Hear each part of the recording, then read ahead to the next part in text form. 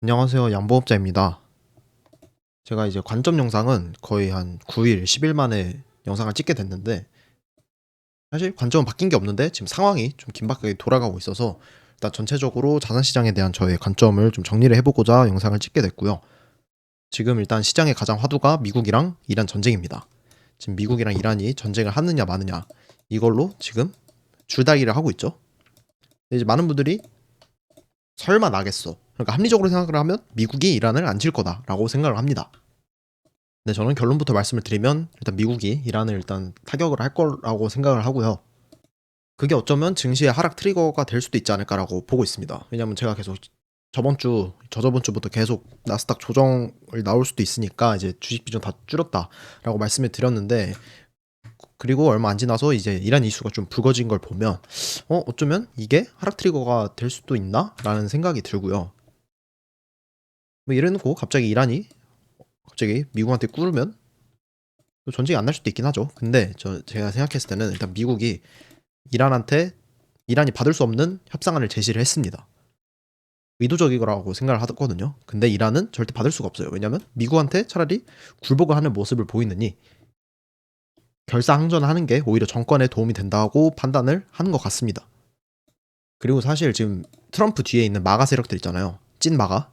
얘네들은 사실 전쟁을 반대를 하거든요. 근데 그 논리가 뭐냐면 미국이 이란을 쳐서 어느 이득이 없다라고 말을 합니다. 결국 미국이 이란을 치게 되는 거는 결국 이스라엘을 위해서 하는 거다라고 지금 비판을 미국 내에서 하고 있어요. 그러니까 결국 미국 뒤에 지금 이스라엘이 있다는 뜻이거든요.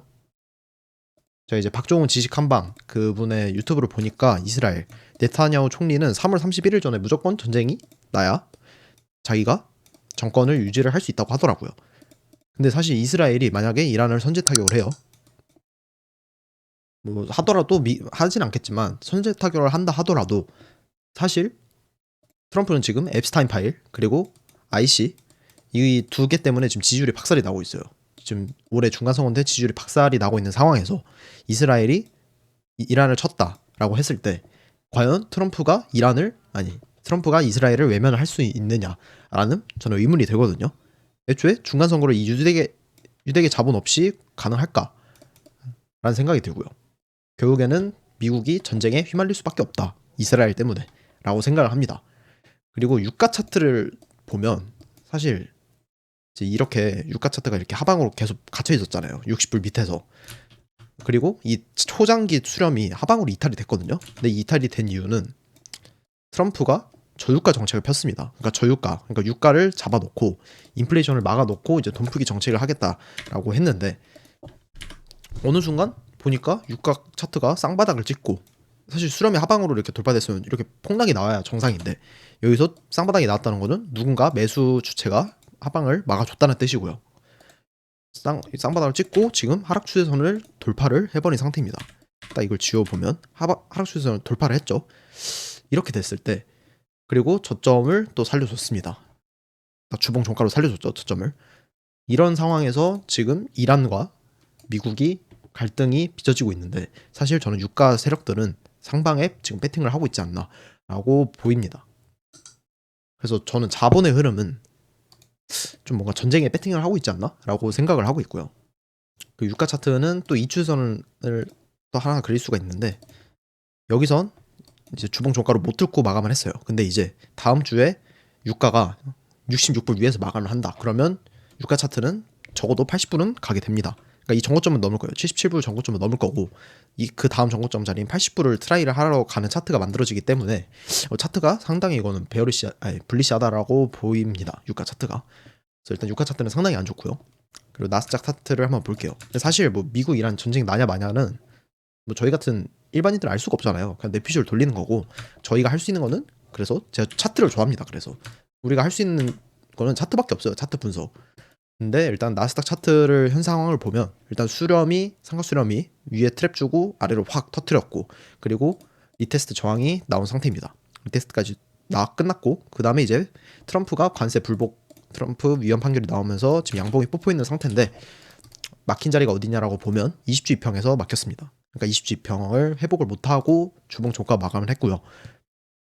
그리고 차트를 이걸로 볼게요. CME 차트로 볼게요. 나스닥을. CME를 보면 일단 20G평을 저항을 못했고, 그래서 저항을 일단 받았죠. 어떻게 보면 이 수렴에서 리테스트 저항을 받았다고 볼 수도 있고 20G평에서 리테스트 저항을 받았다고 볼 수도 있습니다. 그러면 여기서 또 볼 수 있는 게 제가 개인적으로 보는 이 바이셀 지표. 바이셀 지표에서 셀 신호가 떴습니다. 이 20G평 자리에서. 그럼 셀 신호 뜨면 급락, 셀 신호 뜨면 급락.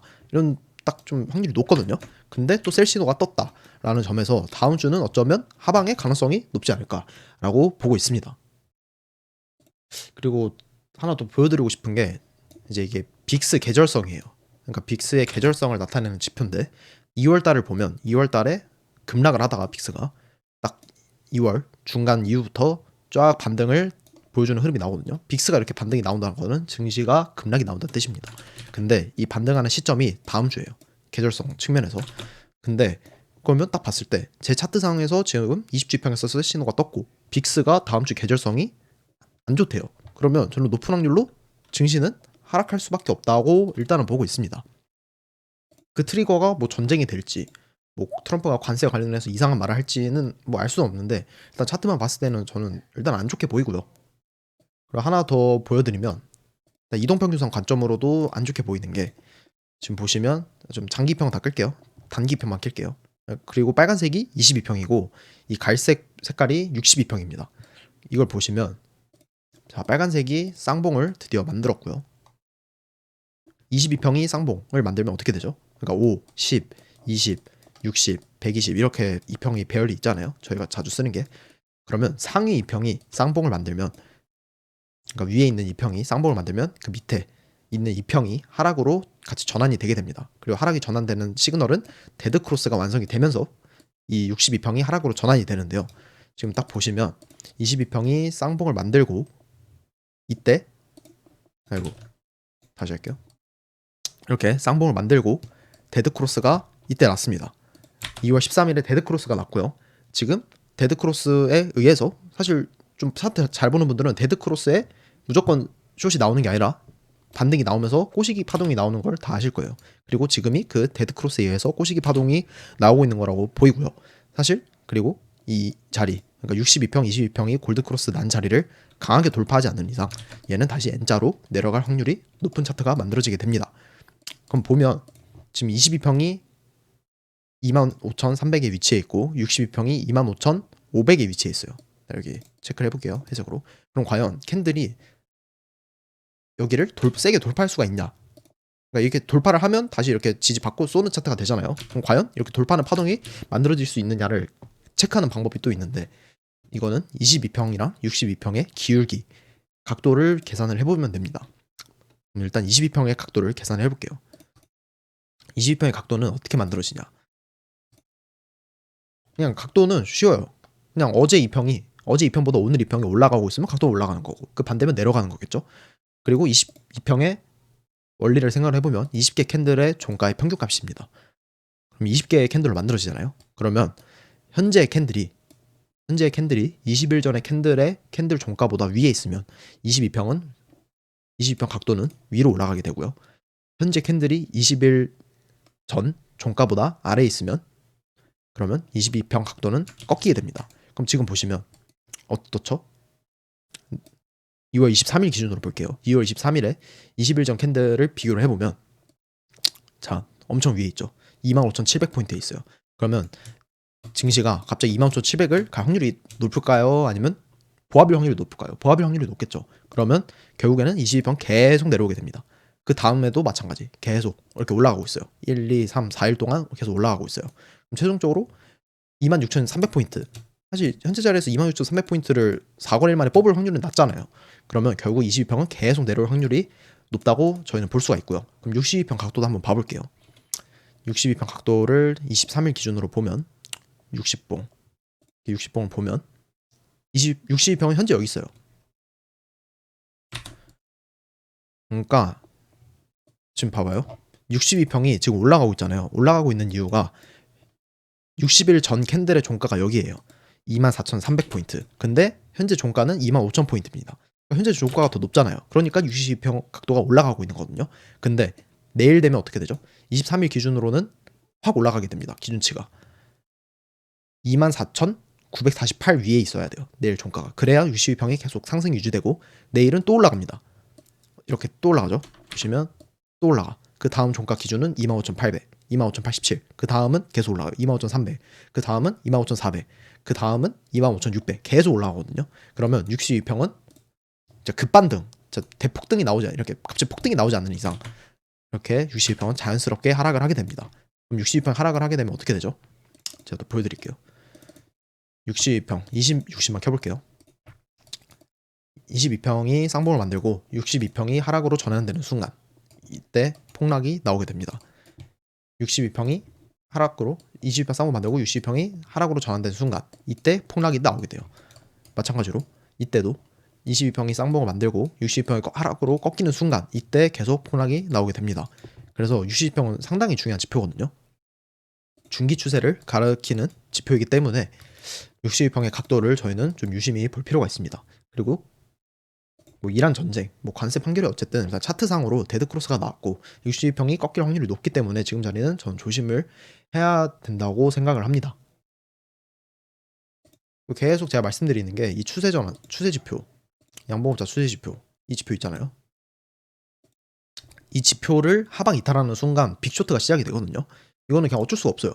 그냥 여기서 이탈하면 빅쇼트, 이탈하면 빅쇼트, 이탈하다 빅쇼트, 이탈하면 빅쇼트. 그럼 그 다음 여기서 일단 말을 올려줘서 한시름 났어요. 근데 과연 내일은 또 올라가거든요. 다음 주는 보시면 다음 주는 24,960에서 밑에서 마감하면 이 추세지표를 이탈을 합니다. 그럼 과연 얘를 지지를 해줄 수 있을까를 봐야 되고요. 만약에 이탈을 한다 그러면 이제 이슈는 필요 없어요. 그냥 얘는 빅쇼트가 이제 나오는 겁니다. 그럼 빅쇼트 어디까지 나오는지도 제가 말씀을 드렸죠. 볼린저 밴드 50, 50의 이값 50의 이값을 하단선까지 빠진다고 제가 말씀을 드렸어요.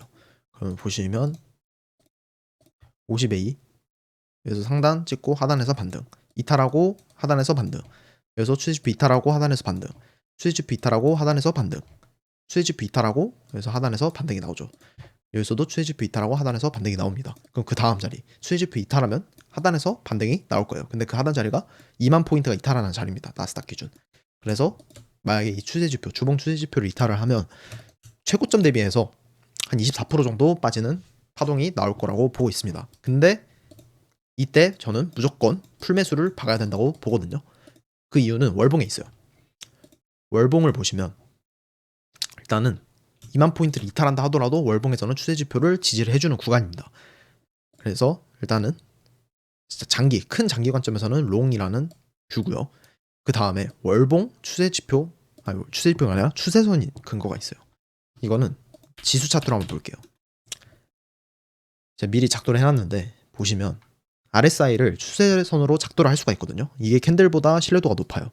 보시면 여기서 1차, 2차 지지하고 3차 자리에서 급락이 나왔거든요. 근데 3차는 보통 페이크라고 잘 말씀을 드렸잖아요. 여기서 무조건 풀매수를 박아야 됩니다. 근데 그 다음에 지금 현재 자리를 보면 23년에 1차, 25년에 2차 그 다음에 만약에 제가 예상한 대로 급락파동이 한번 나오면 여기서 3차 자리거든요. 그럼 3차 자리에서는 무조건 매수를 박아야 된다고 생각을 합니다. 그 자리가 2만 포인트가 이탈하는 자리고요. 보시면 이때 최고점 대비해서 25% 빠졌고요.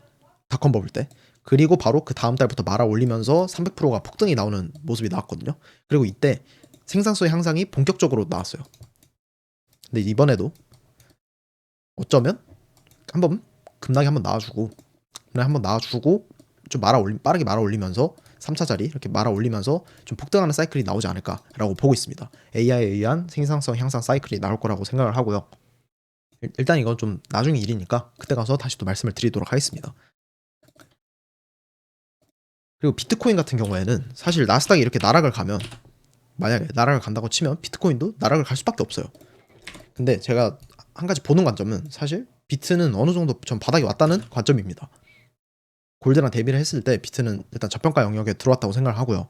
그래서 제가 곰곰이 생각을 해봤는데 나스닥이 나락을 가면 비트는 어떻게 될까라고 보면 비트도 이 적응은 할 거예요. 어쩔 수 없이 나스닥이 날아가면. 근데 저는 이 관세비 때 25년 2월부터 이제 4월 나스닥이 날아가는 동안 비트가 만들어줬던 패턴이 신기하거든요. 왜냐면 급락하자마자 말아올리고 급락하자마자 말아올리고 급락하자마자 말아올리고 이렇게 하면서 RSI가 3중 다이버전스를 찍고 폭등이 시작이 됐어요. 근데 어쩌면 비트도 이번에도 그런 식으로 갈 것 같아요. 급락해도, 그러니까 이번에 만약 저점을 이탈하는 빔이 나온다 하더라도 빠르게 말아올리면서 다이버전스를 찍을 것 같고, 또 이탈한다 하더라도 또 다이버전스를 찍으면서 말아올리는 파동이 나오고, 이렇게 저희가 이제 멀리서 확대를 해보면 결국에는 저점 자리에 와 있지 않을까라고 보고 있고요. 결국에는 이렇게 대세 파동을 만들면서 저점 자리를 찍을 거라고 보고 있습니다. 그래서 비트 적립식 매수는 사실 걱정할 자리는 아니라고 보고 있어요. 그리고 애초에 나스닥도 급락 후에는 다시 폭등하는 사이클이 나올 거라고 보기 때문에 걱정할 이유는 없어 보이고요. 일단 지금 자리는 5일 차트가 제일 중요해요. 제 생각에.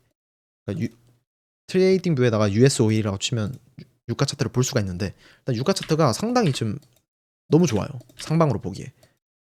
일단은 1차 하락 추세선 이거 지우고, 이 하락 추세선을 뚫는 이상, 이거 뚫고 리테스트 받고, 이 캔들이 너무 예뻐요. 주봉 밑꼬리로 리테스트 받고 주봉 약봉 마감하고, 그리고 심지어 이 정고점 여기서 주차를 하면서 끝냈어요. 종가가. 그래서 유가 차트가 너무 좋기 때문에 저희는 이제 유가 차트를 좀 유심히 볼 필요가 있다라고 생각을 합니다. 일단 영상은 여기서 마무리하도록 하겠습니다. 오늘 처음 보신 분들은 이제 구독도 해주시면 감사할 것 같습니다. 감사합니다.